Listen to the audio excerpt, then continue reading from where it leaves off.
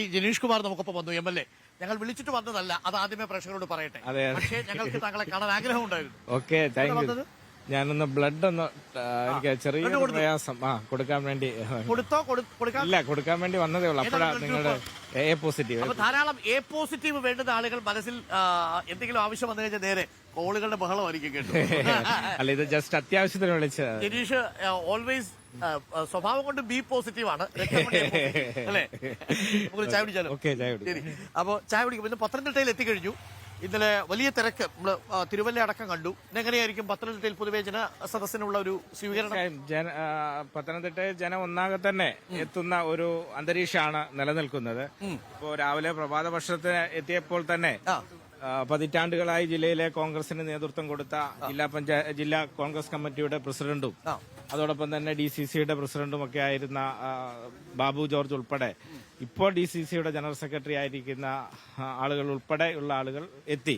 ഇപ്പൊ രാവിലത്തെ ഒരു സാമ്പിൾ വെടിക്കെട്ട് മാത്രമാണ്.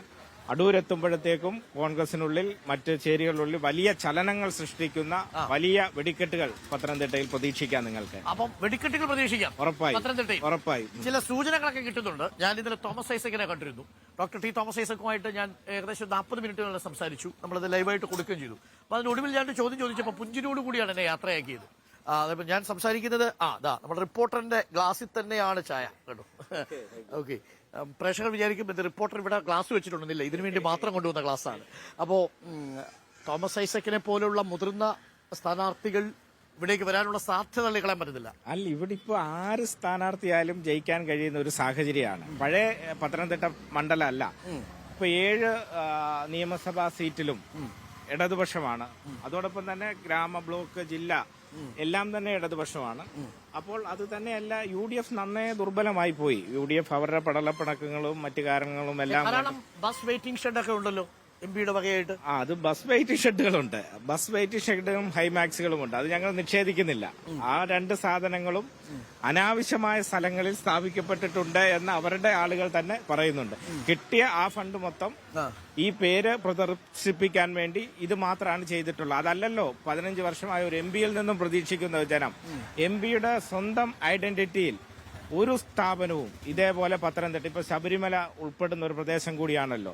സ്വാഭാവികമായിട്ടും കേന്ദ്ര ഗവൺമെന്റും ഒക്കെ ബന്ധപ്പെട്ടുകൊണ്ട് അത്തരം ശബരിമലയുടെ ഉൾപ്പെടെയുള്ള വികസനം ലക്ഷ്യമാക്കുന്ന വലിയ ദീർഘവീക്ഷണമുള്ള വലിയ വികസന പദ്ധതികളാണല്ലോ കൊണ്ടുവരേണ്ടത്.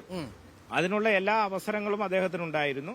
പക്ഷെ അതിനൊന്നും അദ്ദേഹം തയ്യാറായില്ല എന്ന് ഞങ്ങൾ മാത്രമല്ല, ജനങ്ങൾ മാത്രമല്ല, കോൺഗ്രസ്സുകാർ പോലും. രാഷ്ട്രീയമായ ഒരു അടിയൊഴുക്കുണ്ട് വലിയ നിലയിൽ.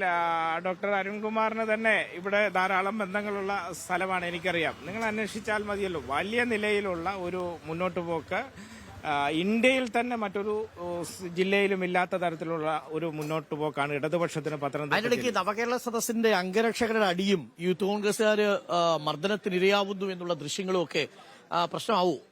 അല്ല, അതെല്ലാം ആദ്യം തൊട്ട് ചില കേന്ദ്രങ്ങളിൽ വിവാദമുണ്ടാക്കാൻ ശ്രമിക്കുന്നുണ്ടല്ലോ. നവകേരള സദസ്സ് പ്രഖ്യാപിച്ച ദിവസം മുതൽ തന്നെ എങ്ങനെ ഇതിനെ ജനങ്ങളിൽ നിന്ന് അകറ്റാം. കാരണം ഇത് ഭരണരംഗത്ത് ഒരു പുതിയ മാതൃകയാണ്. നമ്മൾ അതിനെ അഭിനന്ദിക്കുകയാണ് ചെയ്യേണ്ടത്. കാരണം ലോകത്തൊരു ഭരണാധികാരിക്കും ഇങ്ങനെ ചെയ്യാൻ കഴിയുമോ, ചിന്തിക്കാൻ കഴിയുമോ? ഇത്രയും ദിവസം, അതും ഈ പ്രായത്തിൽ, തന്റെ കൂടെയുള്ള മന്ത്രിമാരെ എല്ലാം കൂട്ടി കേരളത്തിന്റെ ഒരറ്റത്തു നിന്ന് മറ്റേ അറ്റം വരെ സഞ്ചരിച്ച്, വെറുതെ സഞ്ചരിക്കുകയല്ലോ, അവരുമായി സംവദിച്ച് അവരുടെ പരാതികൾ വാങ്ങിച്ച്, ഇപ്പോൾ തന്നെ എത്രയധികം പരാതികൾ ഇടയ്ക്കാണ് ഈ അംഗരക്ഷകരുടെ അടി ഉണ്ടാവുന്നത്, അനാവശ്യമായുള്ള മർദ്ദനം. ചില DYFI പ്രവർത്തകർ ഇന്നിപ്പോ MP രാജേഷ് അത് തള്ളിയിട്ടുണ്ട്. ഒരു അംഗപരിമിതരെ പോലും ഉപദ്രവിക്കുന്ന ദൃശ്യങ്ങൾ, അതൊക്കെ ഒരു ശോഭ കെടുത്തുന്നില്ലേ?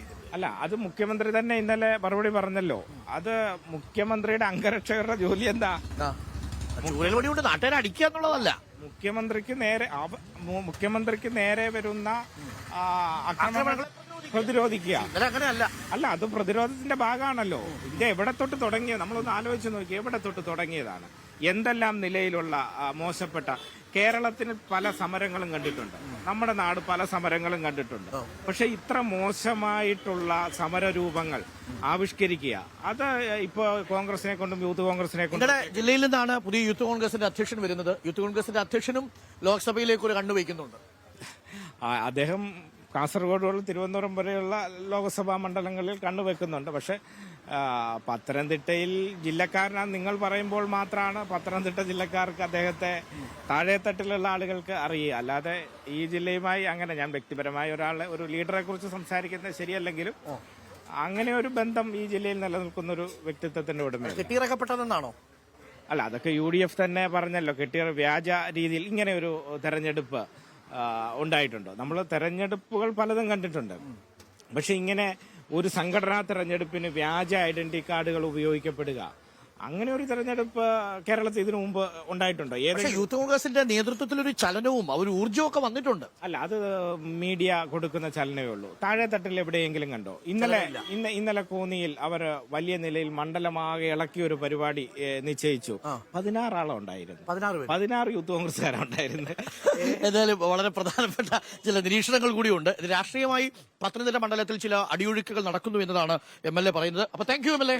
അപ്പൊ താങ്ക് യു.